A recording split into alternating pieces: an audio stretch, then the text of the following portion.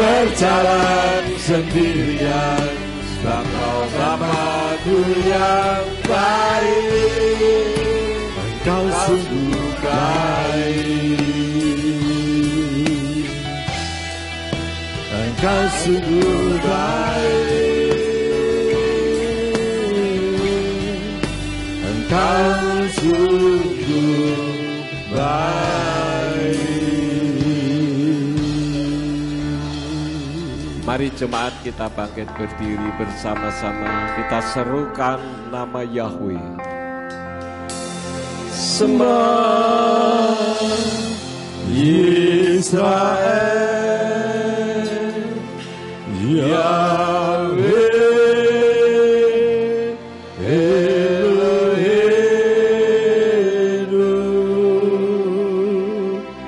Yahweh Eka. Semua Indonesia, semua Indonesia, Yahweh Eloheinu, Yahweh Eka. Semua Ambarawa, semua Ambarawa,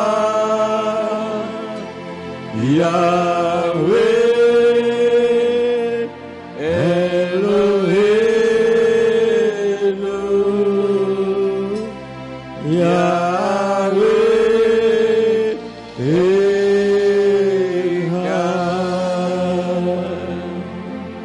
Baruch Shem Gevon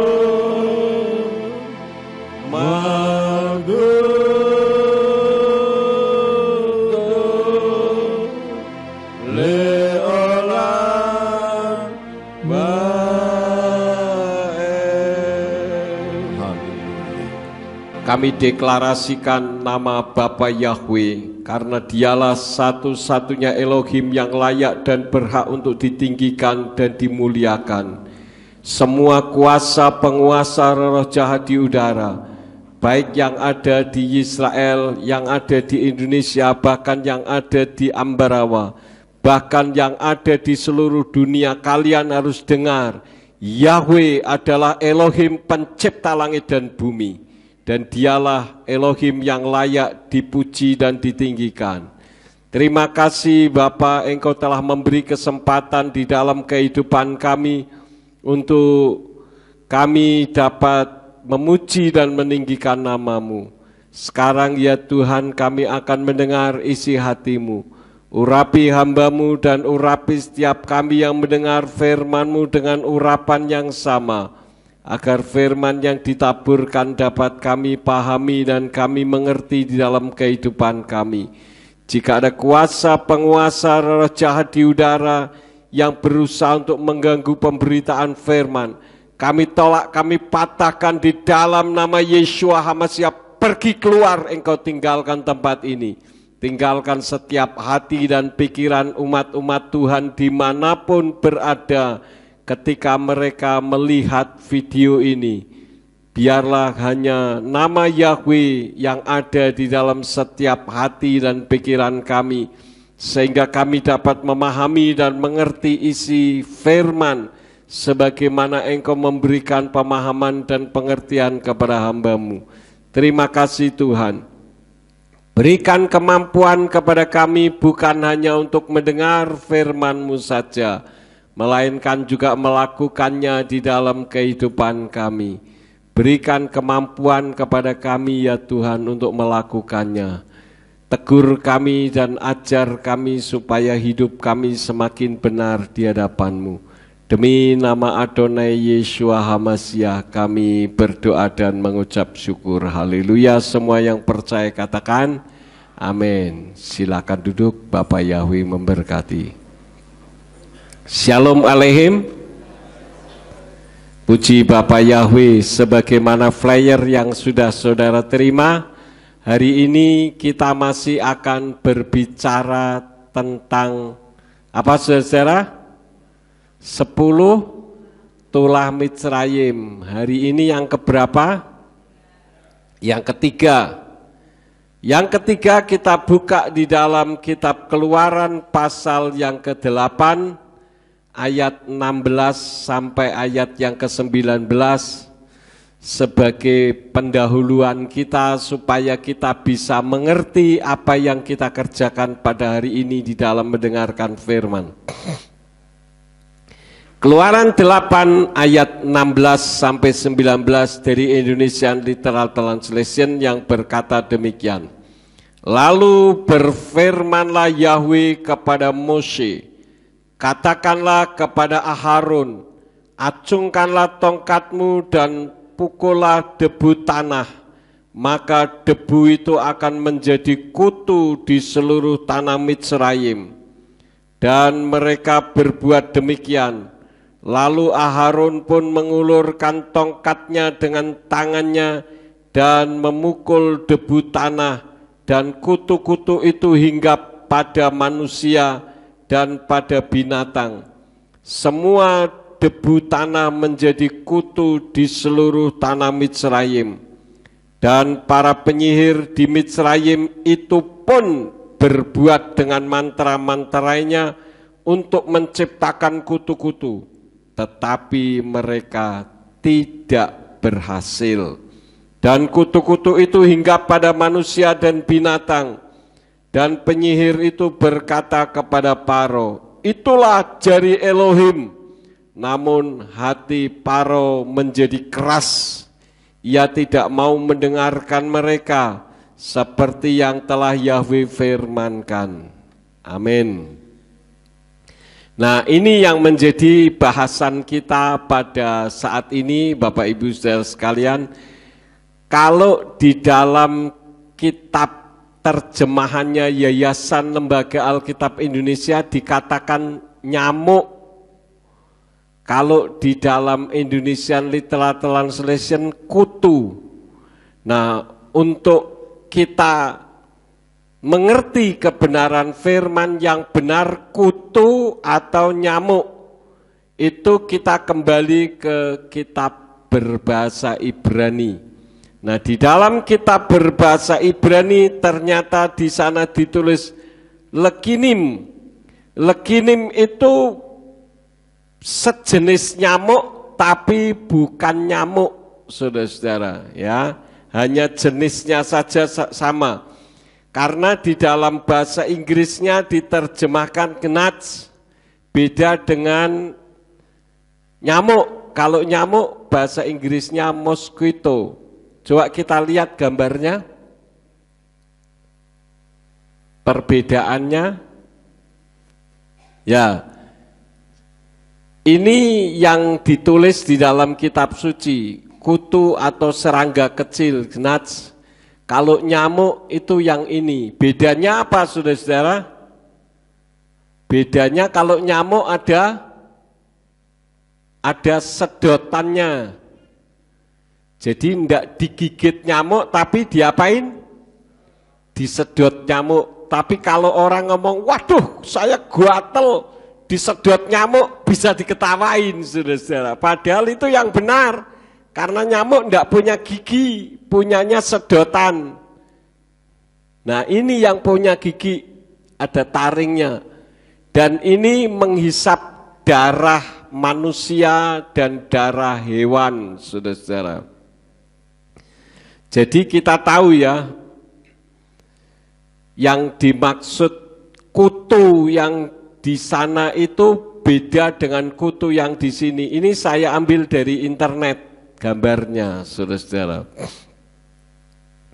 Mitsrayim itu melambangkan hukuman atas ketidaktaatan Mitsrayim terhadap Elohim dan kehendaknya. Ketika Aharon memukulkan tongkatnya, kemudian debu itu berubah menjadi kutu, ahli-ahli sihir mereka juga melakukan hal yang sama. Tetapi kenapa, saudara? Tidak berhasil, gagal. Nah, tulah ketiga di Mitsrayim Itu sekali lagi saya tekankan bukan nyamuk. Karena kalau nyamuk itu ada sedotannya, ini yang enggak pakai sedotan. Mungkin sudah agak gede jadi enggak perlu pakai sedotan. Kalau orang kan gitu, sudah gede enggak pakai sedotan, kalau masih kecil pakai sedotan. Tuhan memerintahkan Mose untuk menyuruh Aharon memukul debu tanah dengan tongkatnya, dan debu itu berubah menjadi kutu yang menyerang manusia dan binatang di seluruh Mitsrayim. Makna dari tulah ketiga ini seperti halnya tulah-tulah lainnya adalah menunjukkan kekuasaan dan kedaulatan Tuhan atas alam dan semua makhluk hidup, serta menegaskan ketidakmampuan para dewa Mitsrayim dan ahli sihirnya dalam menghadapi Tuhan Israel. Tulah ini seperti tulah-tulah lainnya sebetulnya bertujuan memaksa Faro untuk membebaskan bangsa Israel dari perbudakan di Mitsrayim agar bisa beribadah kepada Yahweh. Jadi kalau orang tidak beribadah kepada Yahweh, itu ibaratnya mereka masih berada di dalam negeri perbudakan di Mitsrayim. Meskipun mereka mengaku diri sebagai pengikut Kristus atau Kristianos, Kristen. Kristen itu bukan agama. Kristen itu ejekan terhadap orang-orang yang mengikut Yesua. Pertama disebut di Antioquia, dan itulah yang dinamakan Kristianos atau Kristen. Jadi sekali lagi Kristen itu bukan agama, tetapi kebebasan untuk kita bisa beribadah kepada Elohim yang benar. Nah, kalau kita beribadah kepada Elohim yang benar, berarti ada Elohim yang tidak benar. Nah, sekarang yang menjadi pemikiran kita, kenapa kok Tuhan menggunakan kutu? Kutu itu binatang yang kecil dan rapuh, tetapi di tangan Tuhan bisa menjadi suatu kekuatan super dahsyat yang menakutkan. Dan debu pun bisa membuat Faro ketakutan. Artinya apa? Segala hal yang kecil, kalau di tangan Bapa Yahweh, di tangan orang yang hebat, akan menjadi besar. Manusia dibuat dari debu. Dari debu membuat kekacauan di seluruh negeri Mitsrayim, dan bahkan Faro pun ketakutan menghadapinya. Oleh karena itulah maka firman Elohim mengajar kepada kita, dari hal yang kecil kita buat menjadi besar. Tetapi yang seringkali terjadi, kita tidak memiliki sesuatu yang kecil. Di dalam kitab Matius atau Matius 17 ayat yang ke-20 dari Indonesian Literal Translation dikatakan demikian. Dan Yesua berkata kepada mereka, karena ketiadaan imanmu, sebab sesungguhnya aku berkata kepadamu, jika kamu memiliki iman seperti biji sesawi, kamu akan berkata kepada gunung itu, pindahlah dari sini ke sana, dan dia akan pindah, dan tidak satu pun mustahil bagimu. Artinya bahwa iman kita tidak usah sebesar jengkol, cukup iman sebesar biji sesawi. Beberapa puluh tahun yang lalu saya pernah diberi biji sesawi yang dari Israel. Kecil sekali seperti satu titik polpen itu saja. Tetapi kalau ditanam akan menjadi pohon yang kuat. Nah, kenyataannya Apakah kita memiliki iman sebesar biji sesawi? Sesuatu yang kecil, saudara-saudara. Tetapi sesuatu yang kecil itu bisa menjadi besar karena kita beriman kepada Bapa Yahweh. Apakah pernah terpikirkan bagaimana debu yang hanya dikibaskan menggunakan tongkat, kemudian berbual ke atas langsung berubah menjadi kutu? Ini sesuatu yang menakjubkan karena iman, saudara-saudara. Oleh karena itulah maka Tuhan mengajarkan kepada kita hal-hal yang kecil terlebih dahulu. Saya pernah menceritakan cukup lama, sekian tahun yang lalu, tentang iman seorang anak kecil yang melebihi iman dari orang-orang yang sudah dewasa. Ada sebuah gereja kecil di satu dusun di Amerika. Ini katanya kisah nyata, di mana di situ jarang sekali hujan. Di Amerika khususnya di Los Angeles itu jarang hujan, saudara-saudara. Makanya orang bule kalau ada hujan itu suka hujan-hujanan. Karena memang bagi mereka hujan itu sesuatu yang beda lah nuansanya ya. Ketika saya di Amerika, hujannya itu kecil sekali ya, dan jarang hujan. Nah, ceritanya pendeta ini ngumpulin jemaatnya. Bapak Ibu saudara sekalian, mari kita berdoa besok malam, kita kumpul bersama-sama. Kita minta supaya hujan turun, karena sudah cukup lama tidak turun hujan, gerimis pun tidak, sehingga mengganggu kehidupan orang-orang yang bertani. Maka besok malamnya jemaat pada kumpul. Pendeta sudah ada di belakang mimbar dan sudah mulai menyampaikan motivasinya. Tiba-tiba datanglah seorang anak kecil masuk ke ruang gereja itu. Dan pendeta itu mengatakan, kita minta hujan, tetapi kita tidak punya iman kalau hujan akan turun. Semua orang menoleh kanan kiri, apa yang dimaksud oleh Pak Pendeta? Pendetanya ngomong begini, sekarang saya mau nanya, adakah di antara saudara yang datang malam ini membawa payung? Tidak ada yang bawa payung, saudara-saudara. Kemudian pendetanya berkata, kita perlu belajar dari seorang anak yang baru saja masuk ke dalam gereja ini. Semua orang menoleh ke belakang. Hanya dia satu-satunya yang membawa payung. Kenapa? Karena di pikiran anak tersebut, saya datang ke gereja berdoa minta hujan. Pasti hujan dan pulangnya harus pakai payung. Masuk logika enggak, saudara-saudara? Masuk logika ya. Sementara yang lain tidak melakukan apapun. Artinya tidak punya iman. Hanya kebiasaan, karena pendeta nyuruh kumpul besok malam ya kumpul.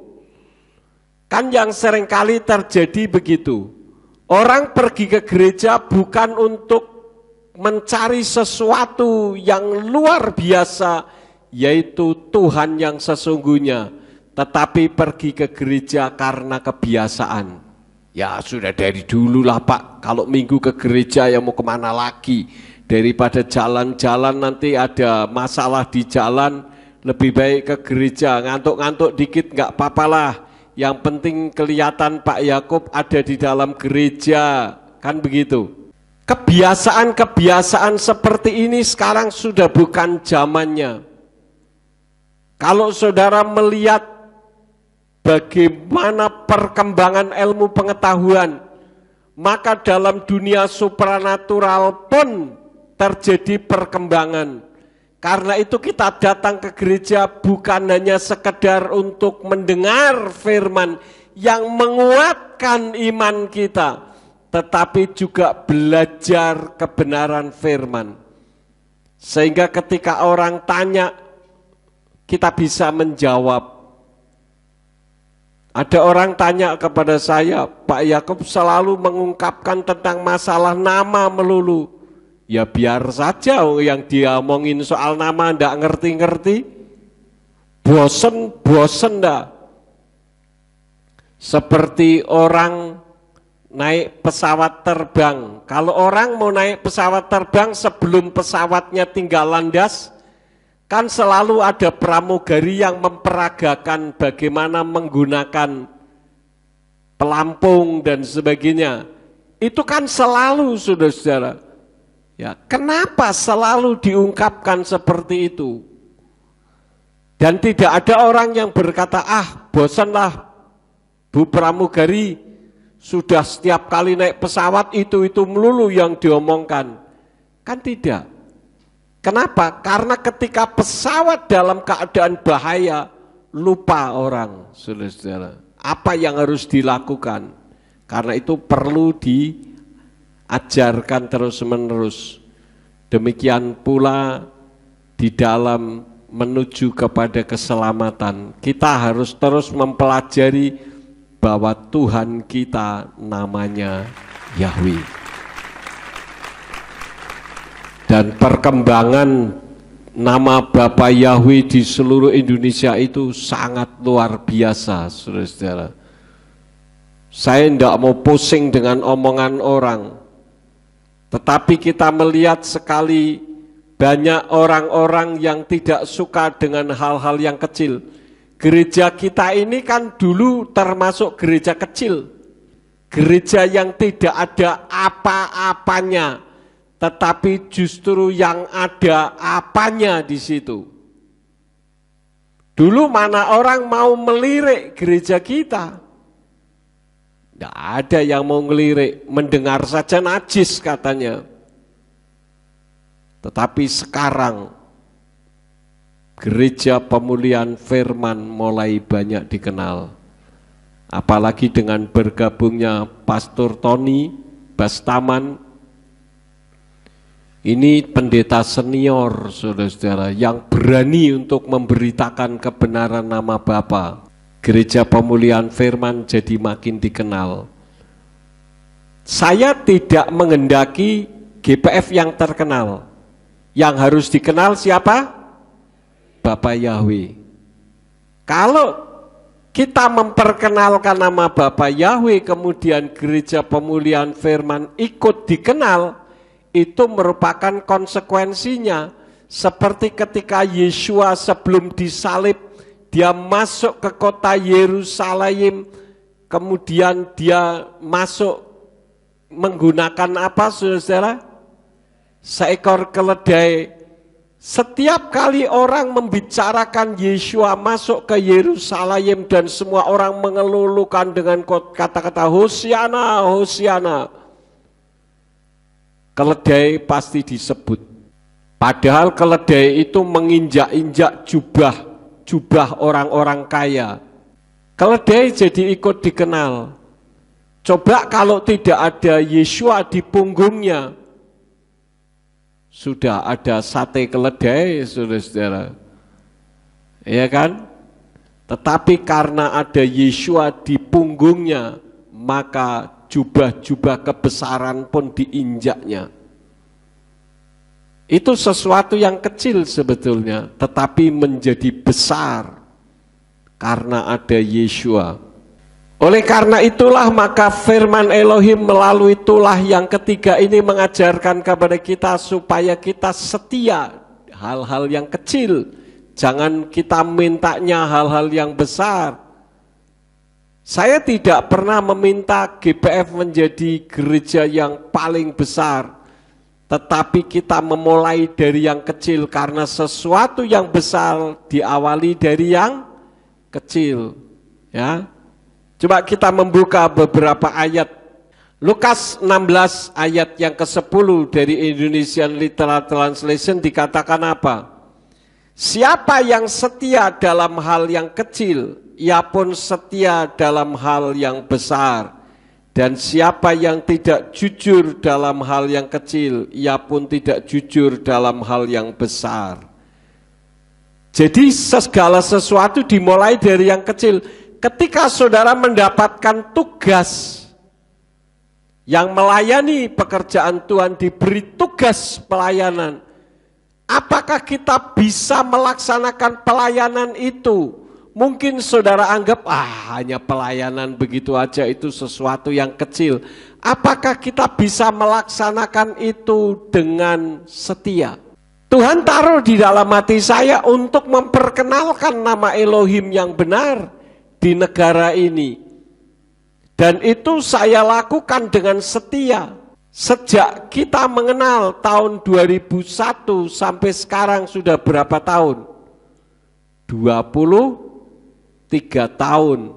Semangat saya tidak pernah turun, saudara-saudara. Dan kalau sudah memberitakan nama Bapa Yahweh, bangkit semangat saya.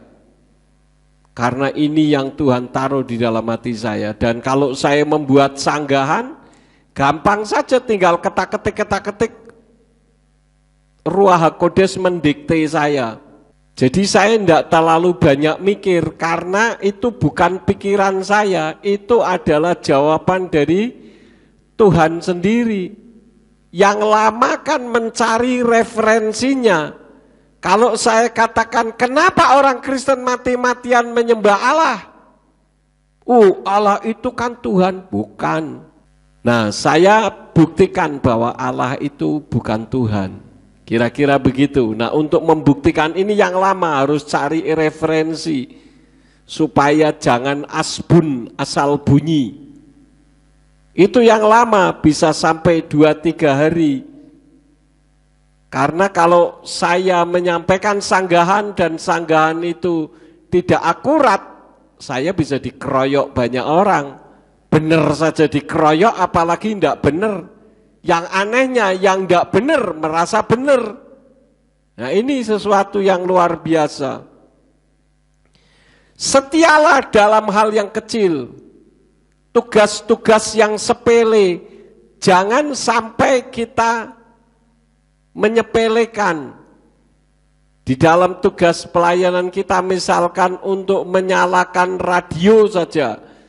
Misalkan saya melihat akhir-akhir ini kan sering terjadi permasalahan di online radio.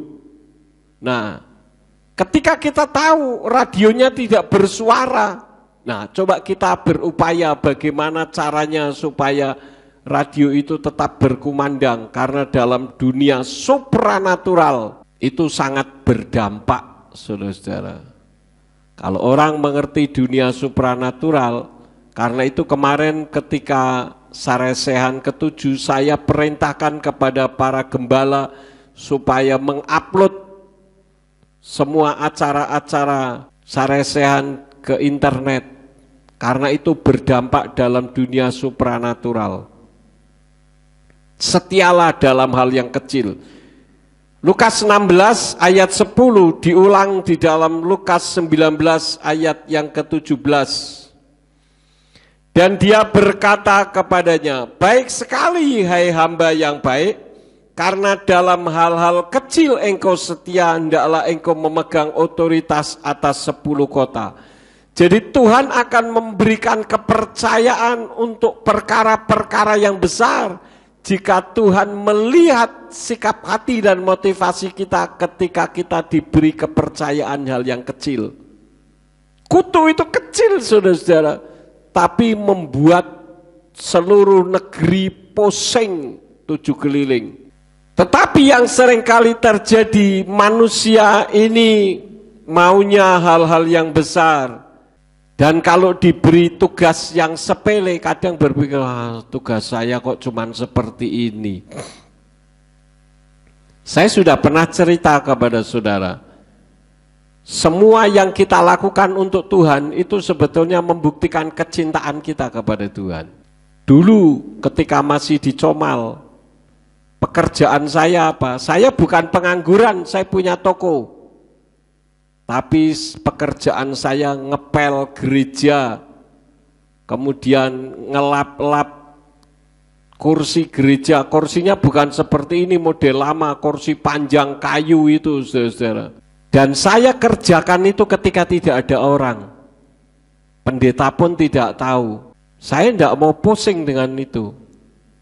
Bahkan ketika masih di Jakarta tahun 79 akhir, bulan Oktober, kira-kira Oktober November, saya bertobat, saya membersihkan gereja. Waktu itu di GPIA Gang Mangga di Kemayoran. Tidak ada orang, gerejanya di rumah pendeta. Pendetanya nggak ada, masih istirahat. Saya bersihkan gereja sampai pendetanya nggak nggak ada rasa nggak enak dengan saya, karena saya dari pagi kadang sampai sore ada di gereja. Bahkan saya membantu semua pelayanan kaum muda. Saya ingat dan seumur hidup nggak akan lupa. Pada saat itu saya sedang cinta mula-mula kepada Tuhan. Kaum muda itu ngadain acara cari dana, bikin ayam opor.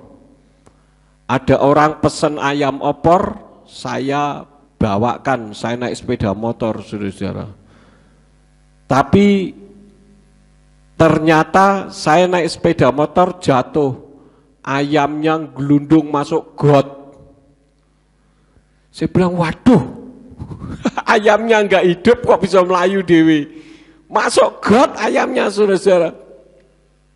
Saya bawa pulang tidak jadi, saya berikan kepada orang yang memesan. Pendetanya bingung, loh, Yakub kok cepat sekali? Ya cepat om, ayamnya masuk got. Hah? Nanti saya ganti om, sudah tidak usah. Pendetanya penuh dengan kasih, sudah tidak usah. Yakub mau bantu pelayanan pun om sudah senang katanya. Sampai sebegitunya, saudara-saudara. Doa pun saya belajar untuk setia. Waktu itu saya dengan Pak Lukas berangkat ke Jakarta pada saat habis liburan pulang.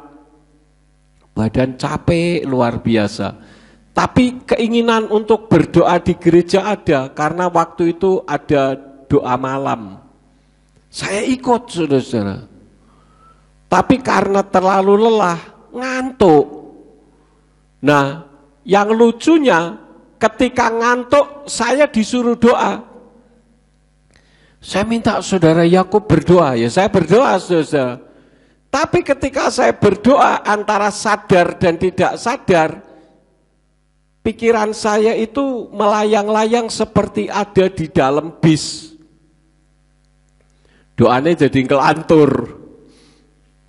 Tuhan, ini saya ada di dalam bis. Padahal di dalam gereja, saudara. Ada pencopet Tuhan. Sampai orang-orang itu ngetawain semua, saudara. Ya namanya antara sadar tidak sadar, saya melihat seperti ada pencopet gitu. Kemudian saya disenggol sama teman saya, jadi kaget. Itu bukan karena mengada-ada, tetapi karena saking cintanya saya kepada Tuhan. Rasanya membuang waktu sia-sia kalau saya tidak gunakan untuk kemuliaan Tuhan. Dan itu pun berlangsung sampai sekarang ini. Saya belajar setia hal-hal yang kecil.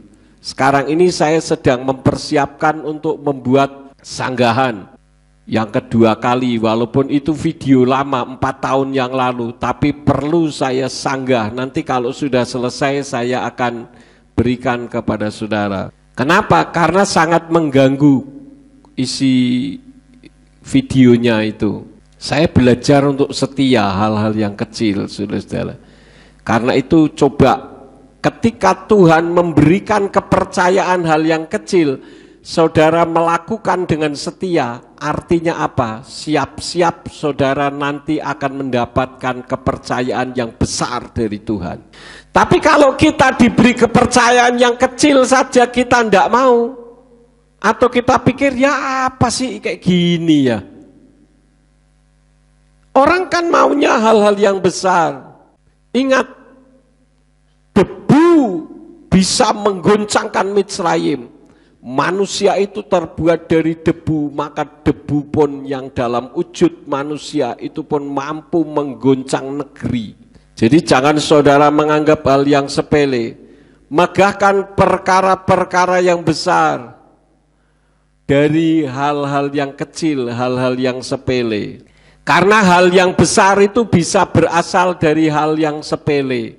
Kebakaran hutan bisa terjadi akibat satu titik api pemantik yang tidak dipadamkan, itu bisa membakar hutan. Hal-hal yang kecil sekarang ini bisa menjadi besar. Pernah saudara mendengar berita ada orang membunuh hanya hal yang sepele? Kemarin saya nonton YouTube, ada seorang ditangkap polisi karena membunuh temannya hanya karena apa? Meminjam korek api, ditagih, tidak dikembalikan, bunuh. Itu kan hal yang kecil, saudara-saudara. Ya apa sih korek api, tapi bisa sampai membunuh. Ya. Jadi kita ini jangan menganggap remeh atau menganggap hal-hal kecil itu seolah-olah tidak berguna. Yosef itu tidak dipandang dan diremehkan kakak-kakaknya. Dianggap apa sih kamu itu anak kecil yang enggak ada artinya. Tetapi dia bisa menjadi penguasa. Contoh-contoh ayatnya di dalam Kejadian 37 ayat 19 sampai 20. Dan mereka berkata seorang kepada yang lain, lihat, si tukang mimpi itu datang. Maka sekarang mari dan kita bunuh dia. Lalu kita lemparkan dia ke dalam salah satu sumur. Dan kita katakan bahwa seekor binatang buas telah menerkamnya. Dan kita akan melihat apa yang akan terjadi dengan mimpinya. Yosef ketika masih kecil sering diberi mimpi, dan mimpinya itu adalah mimpi masa depan kehidupannya, dan ini dilecehkan oleh kakak-kakaknya, dianggap tidak ada artinya. Tetapi dari hal yang kecil bisa berubah menjadi hal yang besar. Nah, yang jadi masalahnya, apakah saudara pernah melakukan mimpi-mimpi saudara? Atau saudara tidak pernah mimpi? Kalau saudara tidak pernah mimpi, coba saudara belajar untuk bermimpi sekarang. Mimpi itu bukan, yuk Pak kita tidur dulu. Tidur ngorok baru mimpi. Itu memang mimpi. Tetapi yang dimaksud mimpi di sini adalah punya cita-cita, punya masa depan. Saya memimpikan gereja pemulihan firman 10 tahun ke depan itu seperti apa. Nah, saudara harus punya mimpi 10 tahun ke depan itu saya harus jadi apa? Apakah cukup hanya seperti ini saja? Nah, bagaimana saudara bisa menjadi orang besar kalau diberi kepercayaan oleh Tuhan? Kesetiaan perkara yang kecil saja tidak melakukan. Setiap orang punya tugas masing-masing dari Tuhan. Apakah saudara setia? Di dalam kitab suci ini banyak sekali orang-orang yang diremehkan, orang-orang yang dianggap kecil, orang-orang yang dianggap tidak ada gunanya, hanya debu.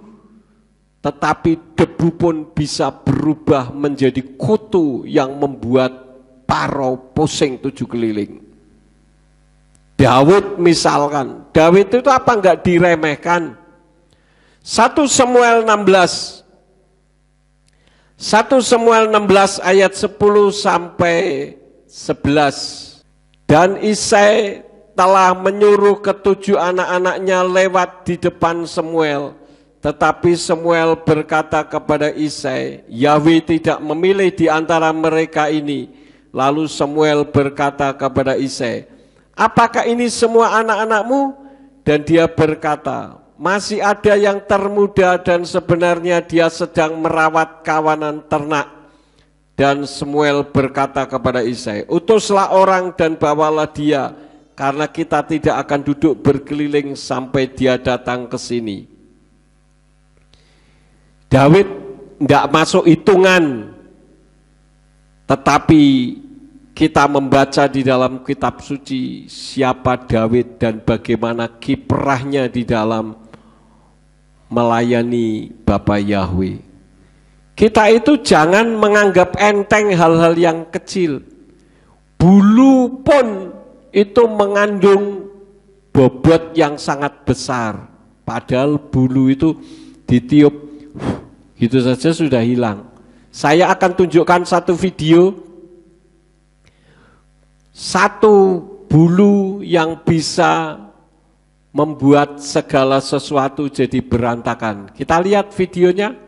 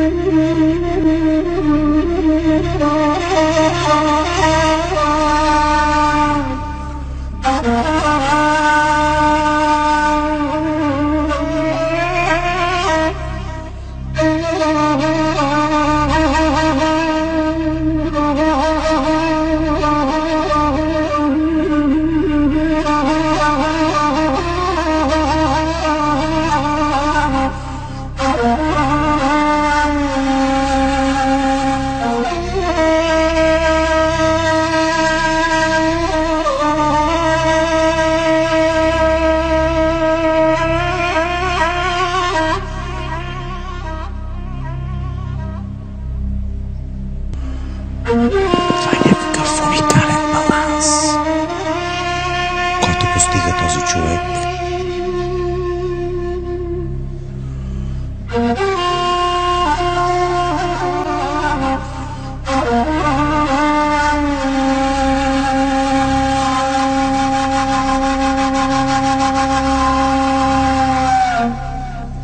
Остава последния елемент.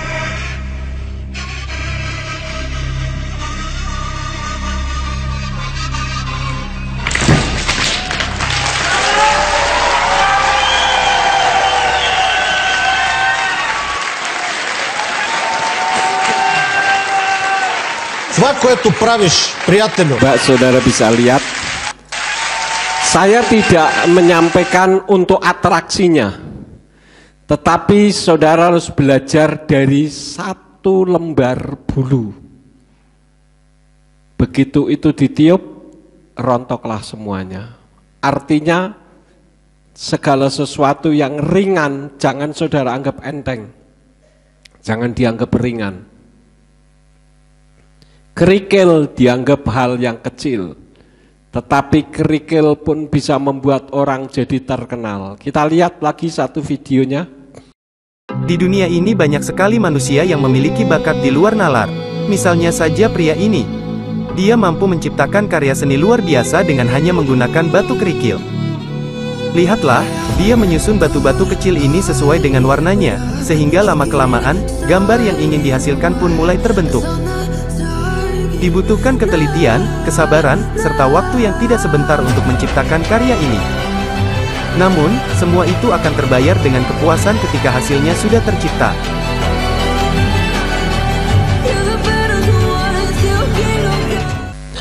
Ada satu hal yang perlu digarisbawahi dari masalah kerikil tadi, yaitu kesetiaan, menyusun dengan hati-hati, ya, membutuhkan ketelitian, waktu yang panjang. Gereja kita kan begitu, saudara. Dari dulu mana ada orang yang mau menganggap kita, tapi sekarang orang tahu siapa Bapak Yahweh. Karena itu walaupun banyak orang yang memberikan kritikan kepada saya, Pak Yakub kok masalahnya nama saja, enggak masalah. Karena yang Tuhan taruh di situ. Saya terinspirasi dari Museum of Ronald Reagan di Amerika. Ronald Reagan ketika dia menjadi presiden, Amerika dalam keadaan krisis masalah minyak, saudara-saudara. Tetapi di tangannya dia, karena dia fokus untuk menuntaskan masalah kemiskinan di Amerika, maka Amerika bangkit menjadi negara adidaya. Demikian pun yang Tuhan taruh visi di dalam hati saya. Orang sekarang boleh masih menganggap Yakub itu pendeta sesat, enggak masalah bagi saya. Tapi saya akan terus menggebrak demi kebenaran firman.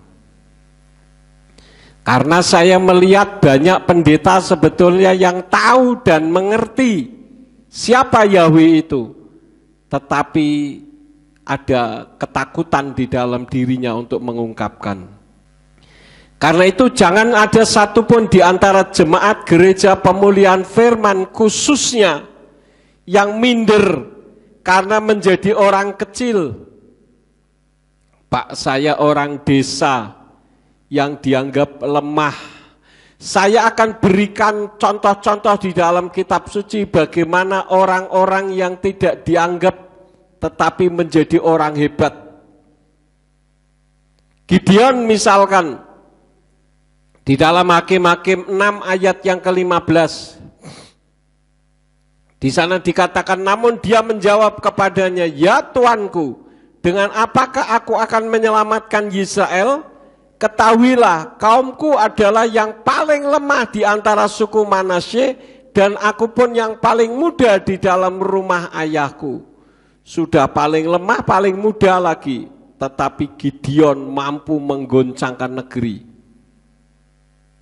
Jadi jangan ada di antara kita yang minder. Ya. Minder itu bukan rendah hati, tapi rendah diri.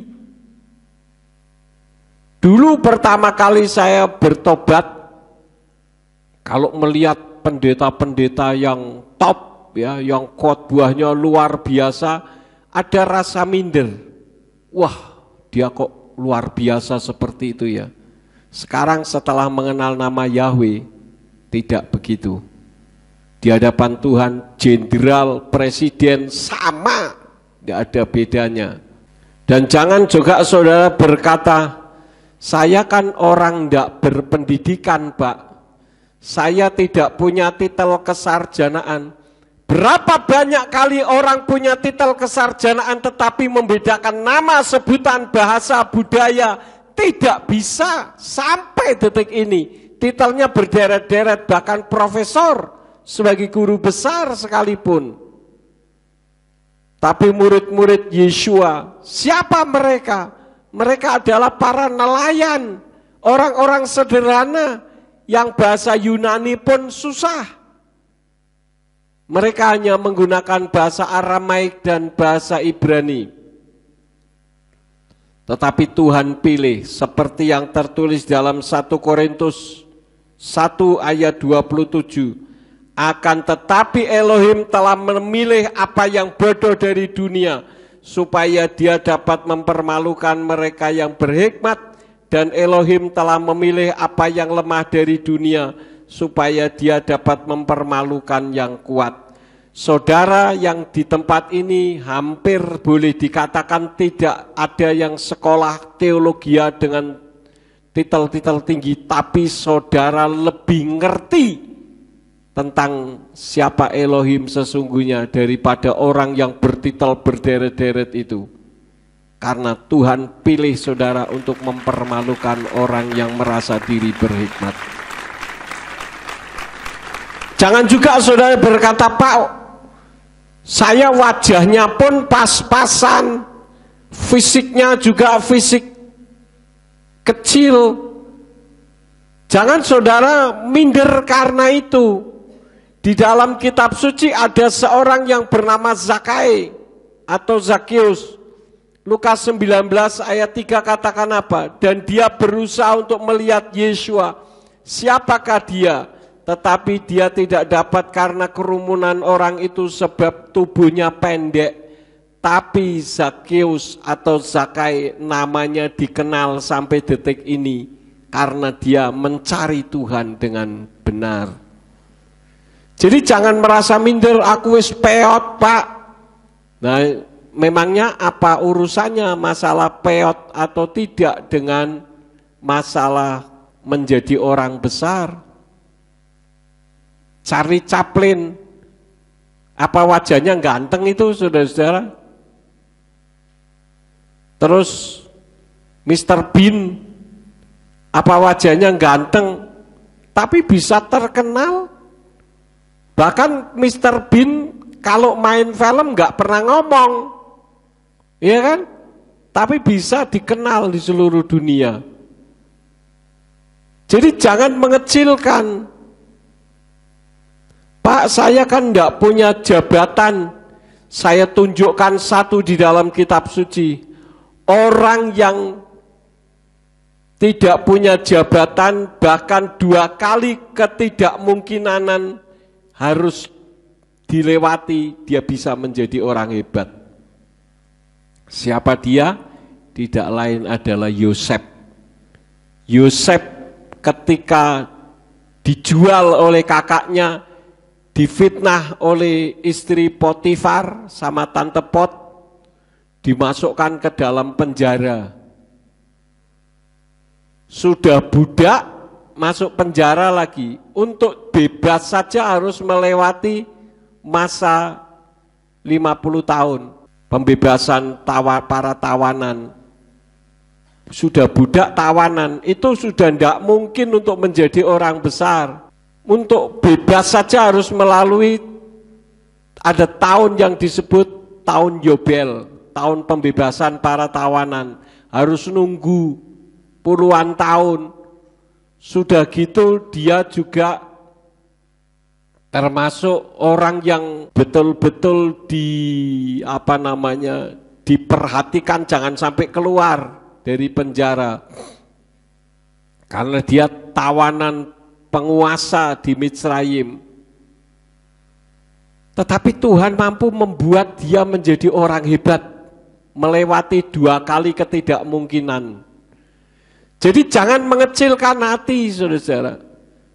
Melalui itulah yang ketiga ini, saya mengharap tidak ada jemaat gereja pemulihan firman yang minder, rendah diri. Jangan. Saudara adalah orang hebat di mata Bapa Yahweh. Sekarang coba ngomong sama diri sendiri. Aku orang hebat di mata Bapa Yahweh. Ngomong. Jangan sudah mengecil, aku wong desa, wong bodoh, wong apa meneh? Bodoh kaya kebo. Wah cilaka. Saudara orang hebat tuh. Pak, saya kan enggak pintar ngomong. Siapa yang nyuruh saudara harus pintar ngomong? Ada di dalam kitab suci orang yang sulit ngomong tapi dipakai Tuhan luar biasa. Siapa namanya? Mose. Di dalam Keluaran 6 ayat 12 dikatakan, dan berbicaralah Mose di hadapan Yahweh dengan mengatakan, lihatlah Bani Yisrael sendiri tidak mendengarkan aku, dan bagaimana Paro mau mendengarkan aku, dan aku seorang yang tidak bersunat bibir. Diulang lagi pada ayat yang ke-30 dikatakan, dan Mose berkata di hadapan Yahweh, lihatlah aku seorang yang tidak bersunat bibir, lalu bagaimana mungkin Paro mendengarkan aku? Apa sih yang dimaksud dengan bersunat bibir? Apa bibirnya disunat dipotong itu? Yang dimaksud tidak bersunat bibir itu tidak fasih lidah. Bukan orang yang pintar ngomong, gitu loh. Pokrol bambu, bukan itu. Tetapi ada yang menganggap gagap. Bukan orang yang ahli komunikasi, tetapi Tuhan mampu dia menjadi fasilitator untuk menjadi moderator berbicara kepada Paro mewakili masyarakat Ibrani. Jadi jangan mengecilkan diri saudara. Ya. Ada yang mengatakan yang terakhir, bukan golongan orang yang berduit. Untuk menjadi orang hebat tidak harus memiliki uang banyak. Di dalam kitab suci ada seorang perempuan yang bernama Rut. Di dalam Rut 2 ayat yang kedua dikatakan apa? Dan Rut wanita Moab itu berkata kepada Naomi. Naomi ini siapa? Siapanya Rut, saudara-saudara? Mertuanya.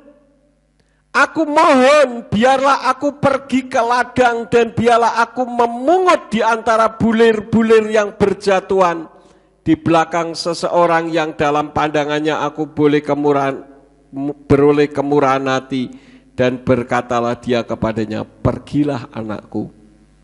Dia sebagai pemungut remah-remah kalau ada orang panen.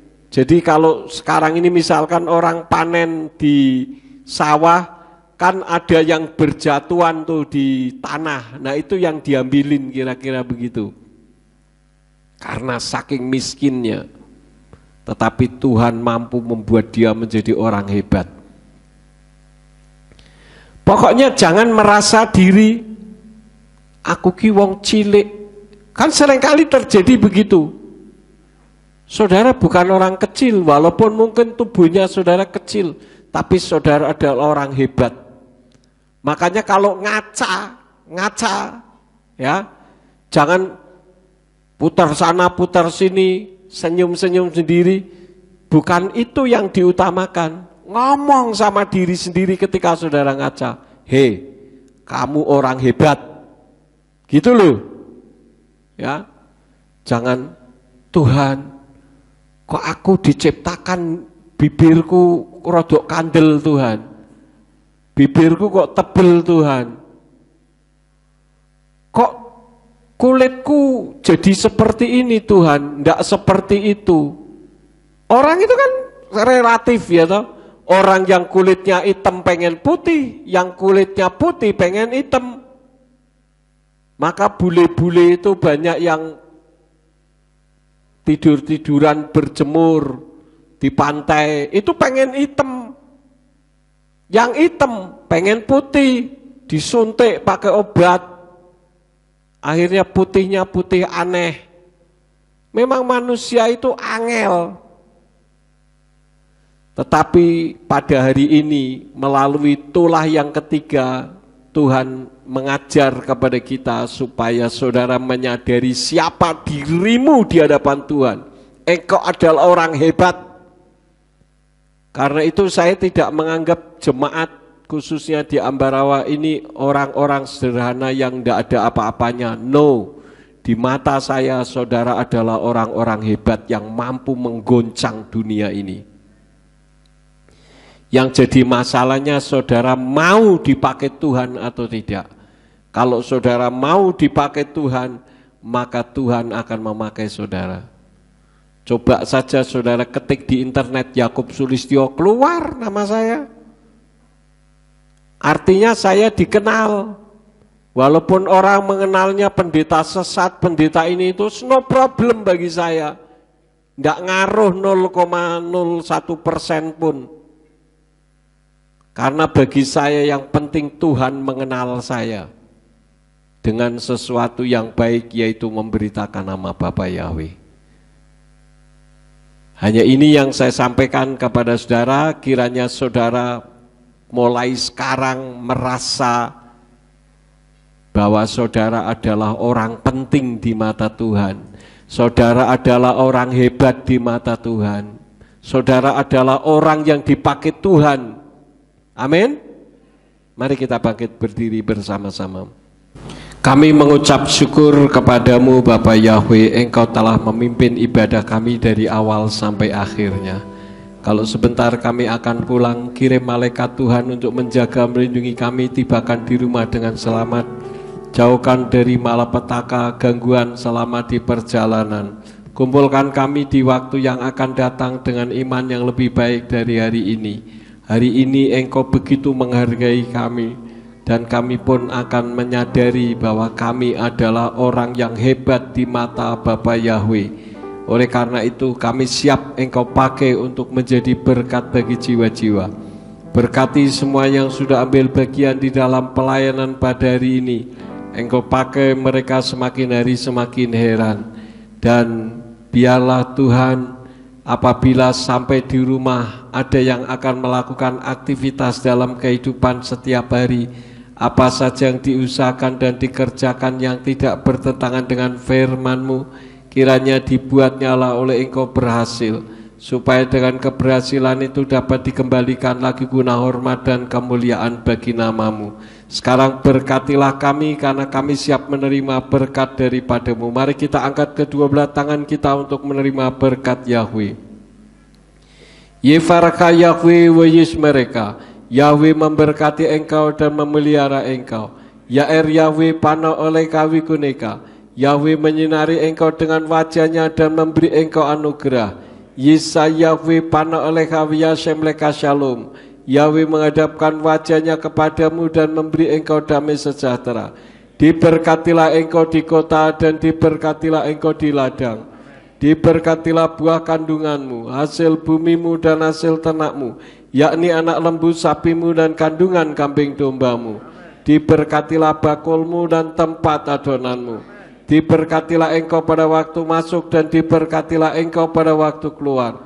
Sekarang pulanglah dan terimalah berkat kasih Bapa Yahweh Sang Pencipta, kasih karunia Adonai Yeshua HaMashiach Sang Pembeli jiwa, dan Ruach HaKodes menyertai saudara sekalian sampai Maranatha. Adonai Yeshua HaMashiach datang kembali untuk yang kedua kali dan mengangkat kita semua. Haleluya.